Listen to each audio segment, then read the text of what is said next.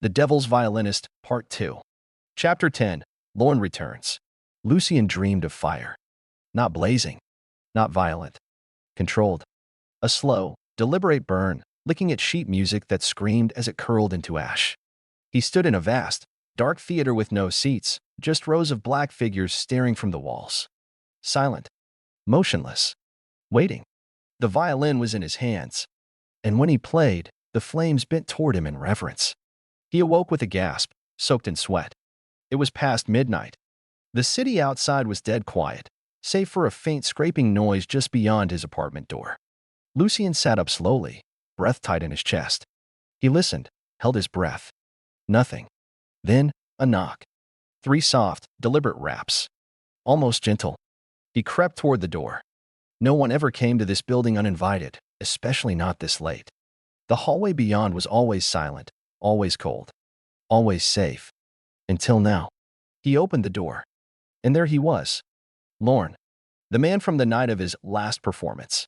The one who had given him the violin. Still dressed in that same dark velvet coat, immaculate and anachronistic. His silver hair was slicked back, his smile small and surgical. Lucien's stomach dropped. "You're early," Lucien said, unsure why those were the first words to leave his mouth. Lorne's eyes flicked upward, amused. "Early? I'm precisely on time." He stepped inside without waiting for permission. The air grew heavier immediately. Lorne moved like a man who had been in the room 1,000 times already, his hand brushing a curtain, his gaze resting on the manuscript, the violin, the cracked mirror. "You've played it," he said softly. "The pages have turned." Lucien swallowed hard. "What is this music? What's happening to me?" Lorne turned, folding his hands behind his back. "You're beginning to understand the truth, Mr. Marlowe. The line between creation and invocation is thinner than most believe, especially when the instrument is willing." Lucien stepped between Lorne and the violin, as if protecting it, or perhaps protecting himself. "People are dying." "They are." Lorne nodded, matter of fact. "But ask yourself this. How are they dying?" Lucien's jaw clenched. "Peacefully." "Yes," Lorne said, eyes glinting. "Like falling asleep in the arms of a requiem. Your music has become a mercy. A gift. The dying seek it. You have felt this, haven't you?" Lucien thought of the widow. The smiling corpse. The letters. The standing ovations given through tears. "Yes," he whispered. "But that's not all, is it?" Lorne tilted his head. "No, it's not." He stepped closer. His presence distorted the room. The shadows clung to him. The candles burned lower. "You are no longer a violinist, Lucien. You are a conductor of souls. A guide. A bridge. And bridges must be walked." Lucien backed away. "You gave me this violin. This curse." Lorne's smile deepened. "You accepted it. And it's not a curse, it's a contract." He pulled something from his coat, a small, black-bound ledger. Thin. Fragile. He handed it to Lucien. The title read, "Signators, the players before." Lucien opened it. Each page contained a name. A sketch. A city. A date of final performance. There were dozens of them. All violinists. All vanished. One in Paris, 1823. One in Kyoto, 1894. One in Berlin, 1938. Each had a red slash across their entry, like a line drawn in blood. And at the very bottom of the list, freshly written, Lucien Marlowe. London, 20XX. Lucien's fingers tightened around the book. "What happens to them?" he asked quietly. "To us." Lorne's smile faded. "They burn too brightly. Their flame must go somewhere. And when the final performance comes, they join the orchestra." Lucien stared. Lorne stepped close, placing a cold hand on his shoulder. "But you, Lucien, you might go further. The manuscript is revealing more to you than it ever did to the others. The violin responds to your grief, your hunger. You might yet write the final piece. The true Sinfonia del Silenzio Infinito." Lucien's mouth was dry. "And then what?" Lorne's eyes glittered. "Then the silence will open, and the world will listen." Lucien sat in silence long after Lorne disappeared, vanished through the door without a sound, as if he had never entered. He stared down at the ledger. He turned the page. There, beneath his name, was a blank space labeled Final Performance. And below that, Encore, yes/no. The option shimmered faintly, as if waiting to be chosen. Lucien slammed the book shut. But he knew, in the pit of his soul, that the question would never go away. Chapter 11. The Silent Hall. Lucien tried not to look at the violin. He kept it locked in its case, pushed beneath the bed, wrapped in layers of cloth. The manuscript was buried in a drawer beneath expired bank statements and rejection letters. He even turned the mirror to the wall again, where it remained like an unburied body. 3 days passed. 3 days of silence. No playing. No invitations. No visions. No deaths. Just the steady tick of the wall clock, the flutter of city wind rattling his window pane, and the echo of Lauren's voice whispering in the marrow of his bones. You are no longer a violinist, Lucien. You are a conductor of souls. He didn't leave the apartment. He didn't answer his phone. But he didn't sleep either. Because the violin didn't stop. At first, it began with vibration, faint tremors in the floorboards at night. Then came the hum, a low, breathless thrum that vibrated in his teeth, always on the edge of hearing. Then, the notes.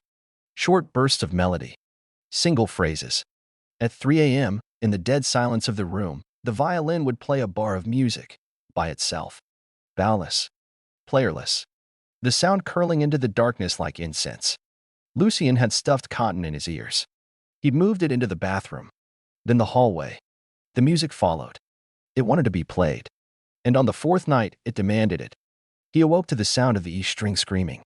A single, sustained note reverberated through the room like a blade drawn across glass. Lucien stumbled from bed, heart pounding, and found the case wide open beneath his desk. The violin floated 2 inches above the velvet, strings glowing faintly, bow resting midair, dragging itself across the strings with invisible precision. It was playing without him. Lucien staggered back, knocking over his stool. The melody was slow, haunting, a piece he hadn't yet attempted from the manuscript. The walls of the room seemed to breathe with it. The shadows stretched longer than they should have. The mirror, though faced to the wall, began to weep condensation. The violin played louder. His ears rang. His chest ached. He covered his mouth, horrified, as tears slid down his cheeks not from fear, but from the unbearable beauty of it. Because deep down, in some sacred part of him, he wanted to join in. With trembling hands, Lucien reached out and touched the neck of the violin. The music stopped. Instantly, the strings fell silent. The bow dropped to the ground. The violin collapsed, limp, like a puppet whose strings had been cut. Lucien stood in the silence, panting. Then a soft knock at the door. He turned, startled. Another knock. Quieter this time. Fragile. He opened it cautiously. No one was there. Only a single envelope on the floor. He picked it up and recognized the handwriting immediately. Lucien, you cannot silence what you summoned. The music has tasted you.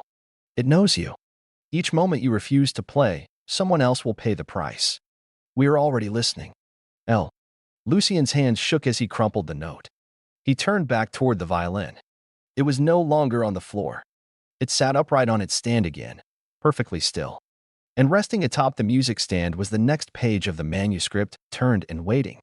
That night, Lucien didn't sleep. He simply sat across from the violin, staring. And every few minutes, it would hum softly, like it was breathing in the dark. Chapter 12. Encore by Firelight. The invitation arrived embossed in gold.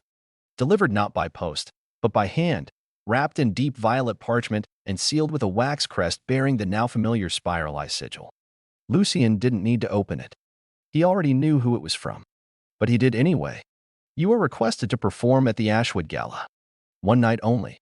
Attendance is absolute. The dying deserve their finale. L.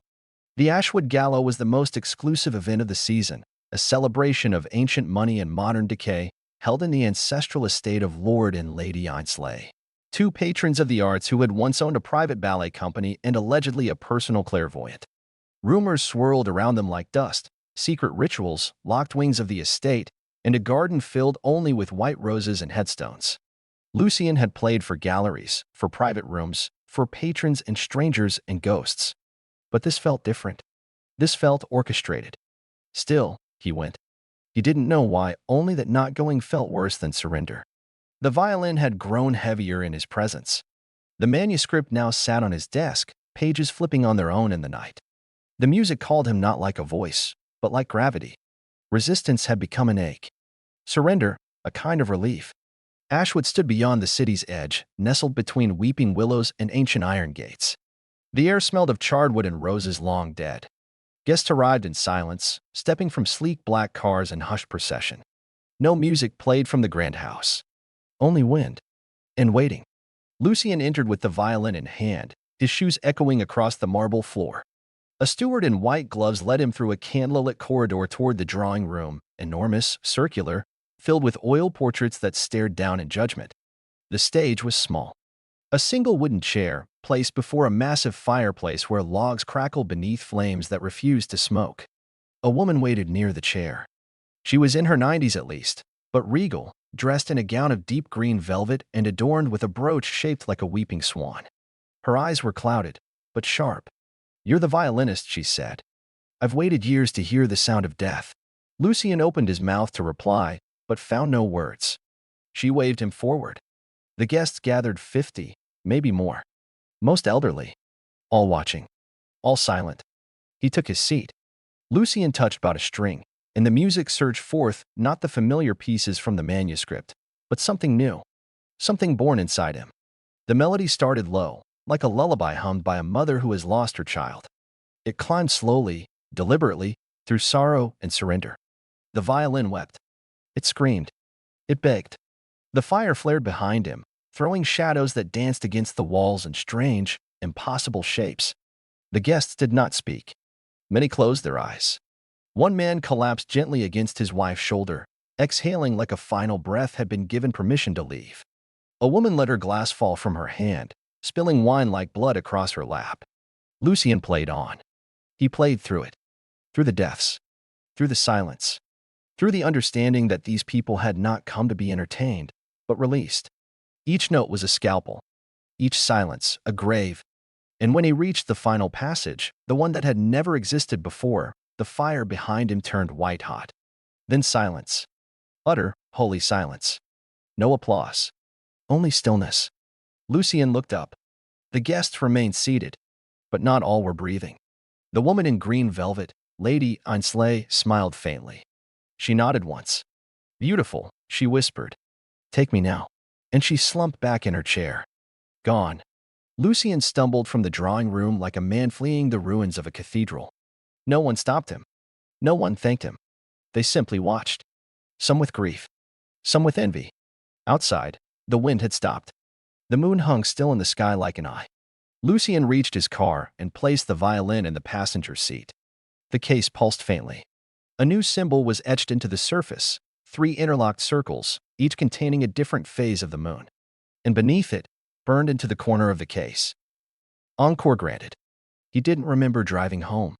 But when he arrived at his flat, there was a new letter waiting on his pillow. No name. Only a message. "We begin again tomorrow." The audience. Chapter 13. The musicians packed. Lucien didn't sleep that night. He sat in his attic flat, hunched over the violin case like a mourner in a chapel, his eyes ringed with exhaustion and something deeper, something beginning to rot from within. The events at the Ashwood Gala had shaken him. Not just because of the deaths, he'd stopped trying to count those, but because of the way they died. Willingly. Joyfully. Lady Ainsley had smiled at him as she passed, as if he'd granted her something precious. Salvation through strings. A holy exit. He hadn't killed her. He had released her. But that knowledge didn't comfort him. It hollowed him. Because he now understood, they weren't just coming to listen. They were coming to leave. And the violin was the door. Lucien stood in the center of the room, the violin in his hands. The candlelight cast long, warped shadows of him, and the instrument on the walls, like dancers mid-screen. He touched the strings. Warm.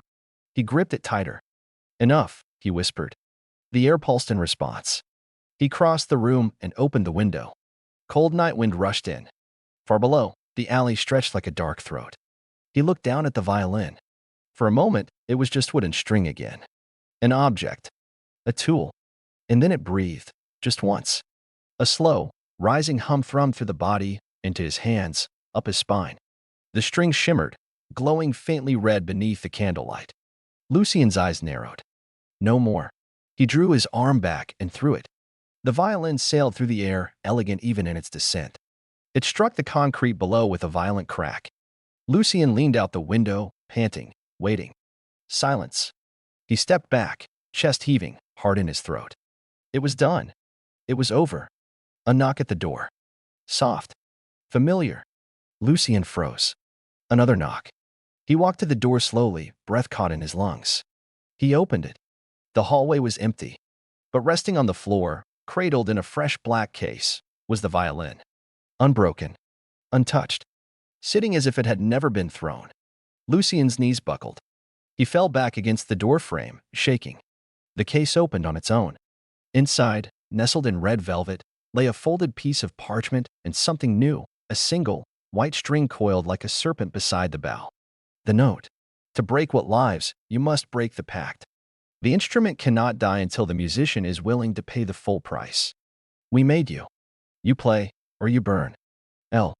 Lucien tore the parchment apart and screamed into the walls of his flat. Something above him laughed, not with voice, but with architecture. The ceiling creaked. The light bulb flickered. The mirror, still turned to the wall, began to rattle softly. He collapsed to his knees, sobbing. Furious. Helpless. The violin pulsed.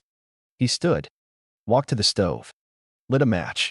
But when he placed the flame beneath the violin, the fire bent away, refused to touch it. The heat coiled and hissed in reverse, like wind being sucked back into the lungs of something dead. Lucien screamed and dropped the match.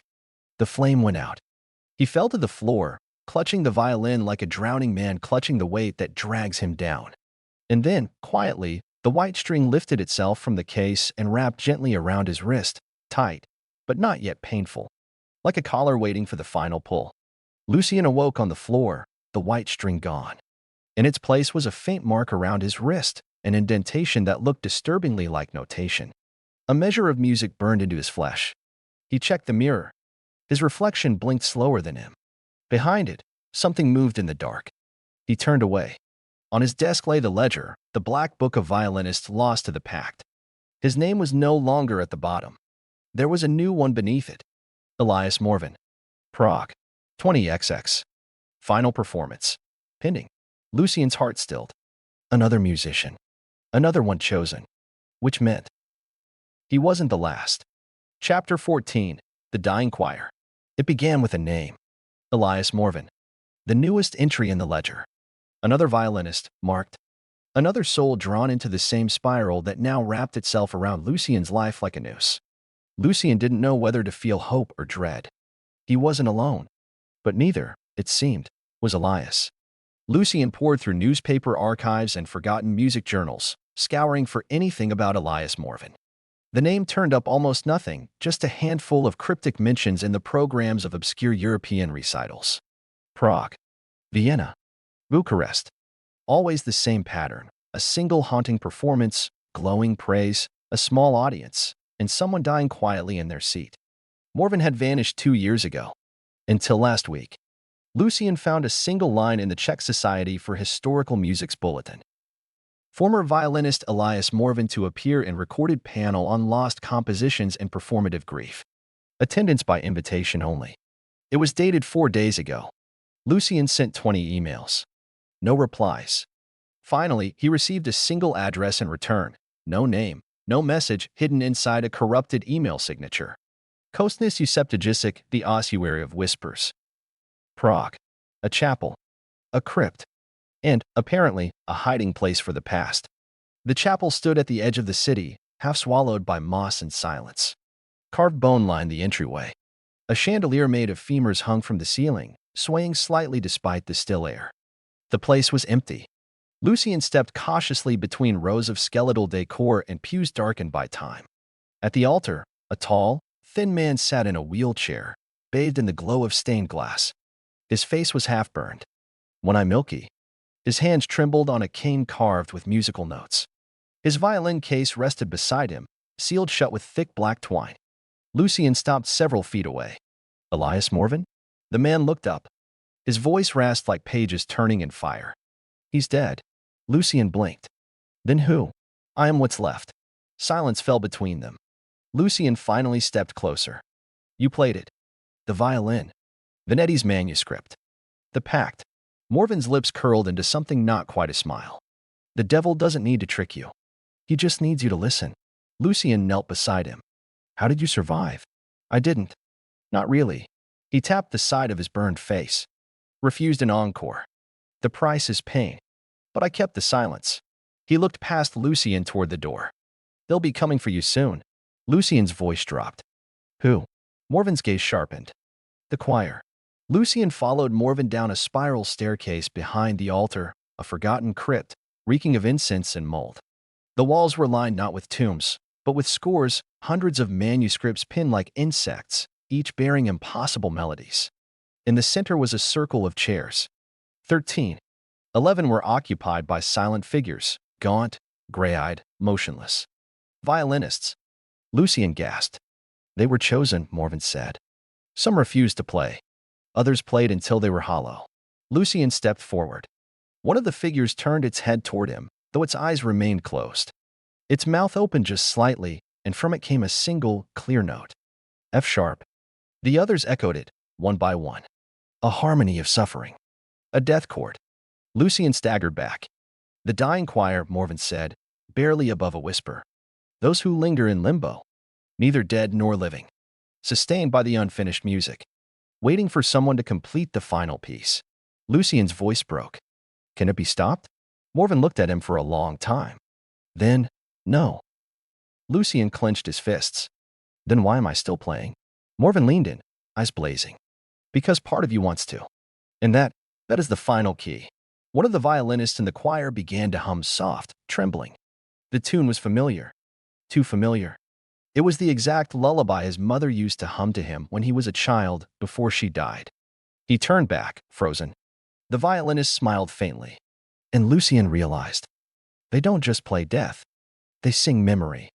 Even the ones you've buried deepest. Lucien left the chapel shaking, the hum still in his ears. And when he returned to his apartment, the white string was back around his wrist. But this time, it had begun to tighten. Chapter 15. The Girl in the Gallery.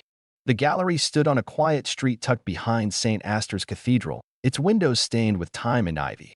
It was a place Lucien hadn't visited in years, a sanctuary of forgotten oils and cracked frames, where silence hung like thick velvet. He hadn't come to play. He came to hide. After Prague, after the choir, after Elias Morven's burned face and damning truths, Lucien needed distance from the violin. From everything. He had locked the case inside a trunk and shoved it beneath the bed. Taped it shut. Burned sage. Prayed, for the first time in years. It didn't matter.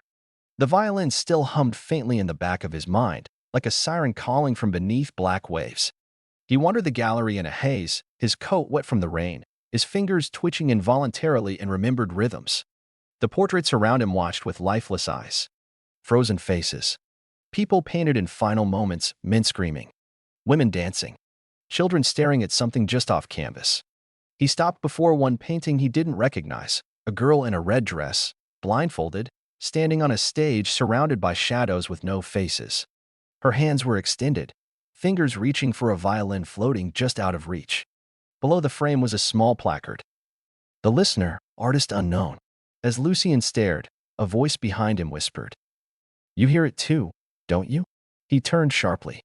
A girl stood there, no older than 17. Pale, with long black hair and strange silver eyes, clouded, not unfocused. She carried a cane she didn't use. She wore no coat despite the cold. Lucien blinked. I'm sorry, do I know you? She tilted her head slightly. Not yet. But I've seen you. In the dark. Lucien's stomach turned. He stepped back. Do you mean dreams? She smiled faintly. I mean before dreams. They sat in the back of the gallery, beside a fountain no longer running. Clara spoke slowly, carefully, as if choosing her words from somewhere far away. I've been hearing the music since I was a child, she said. Before I knew what music even was. Before I had ears that worked. Lucien frowned. You're deaf. Mostly, she said. But not to it. Never to it. She tapped her temple. The violin sings in here. At night. Sometimes, in mirrors. Lucien stiffened. She continued. I saw your concert. The one at the Ashwood Gala. He froze. You were there. She shook her head. Not in the room. But I heard it. Every note. I cried for hours. And I wasn't alone. Lucien swallowed. What do you mean? Clara leaned in. Her silver eyes didn't blink. There are others like me. We're called the hollow-eared. The ones who hear the echo. The music behind the music. We're drawn to it. To you. And to the instrument that doesn't sleep. Lucien stared at her, his mouth dry. Why? She looked away. Her voice dropped. Because when the last note is played, it won't just kill an audience. It'll open a door. Clara pulled something from her bag, a photograph, yellowed with age. It showed a man on a stage in Vienna, 1930s. The violin in his hands was unmistakable. Same shape. Same case. Lucien felt his breath vanish. That's my great-uncle, Clara whispered. He played one piece. The air around the concert hall split like a screen. No one survived but him. What happened to him? He starved himself before the next performance, she said. To keep the music from leaving again. He died with the strings wrapped around his throat. Silence pressed between them. Lucien finally asked, "Why are you telling me this?" Clara's gaze didn't waver. Because I dreamed the next concert. I saw you on the stage. I saw the fire.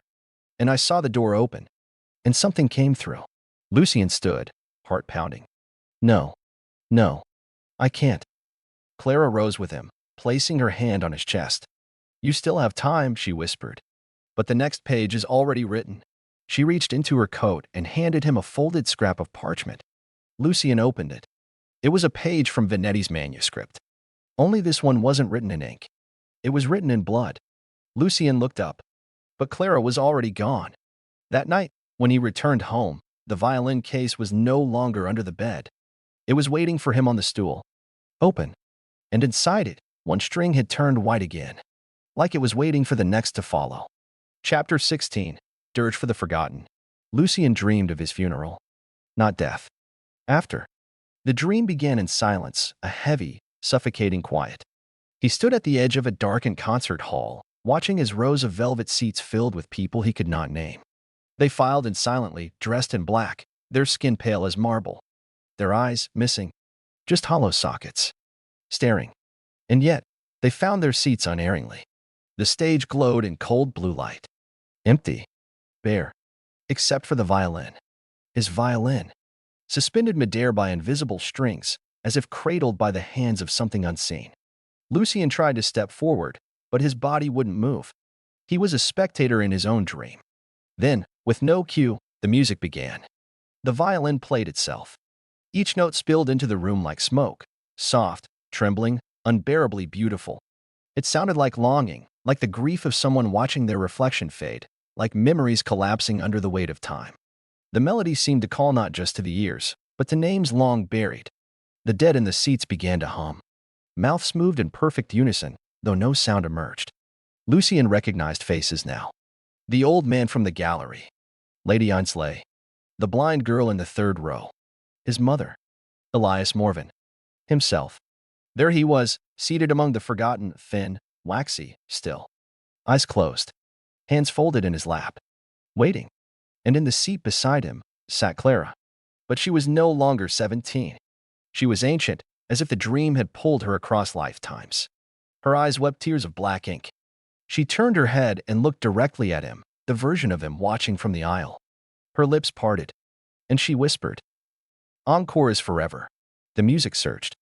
The strings bled. The violin rose higher, notes twisting into impossible harmony, into something no human ear could bear.